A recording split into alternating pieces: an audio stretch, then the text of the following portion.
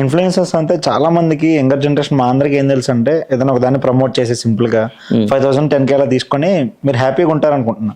దీని వెనకాల back story ఏదైనా ఉంటుందా? మీకు కూడా స్ట్రగుల్స్ ఫేస్ చేసే సిచ్యువేషన్స్ ఉంటాయా?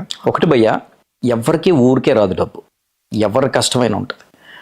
ఒకటి వీళ్ళు కష్టం ఎలా ఉంటుందంటే అక్కడికి వెళ్ళి నలుగురు మధ్యలో నుంచొని యాజ్ ఏ ఇన్ఫ్లుయెన్సర్, అమ్మాయి అయినా అబ్బాయి అయినా వీడియో తీయాలి. ఒక మనిషి మనం చూస్తున్నప్పుడు ఇలా తీయాలంటే ఎంత కష్టమో తెలుసా? మనం ఇంట్లో కూర్చొని అలా సెల్ఫీ వీడియో తీసుకోవడం చాలా ఈజీ.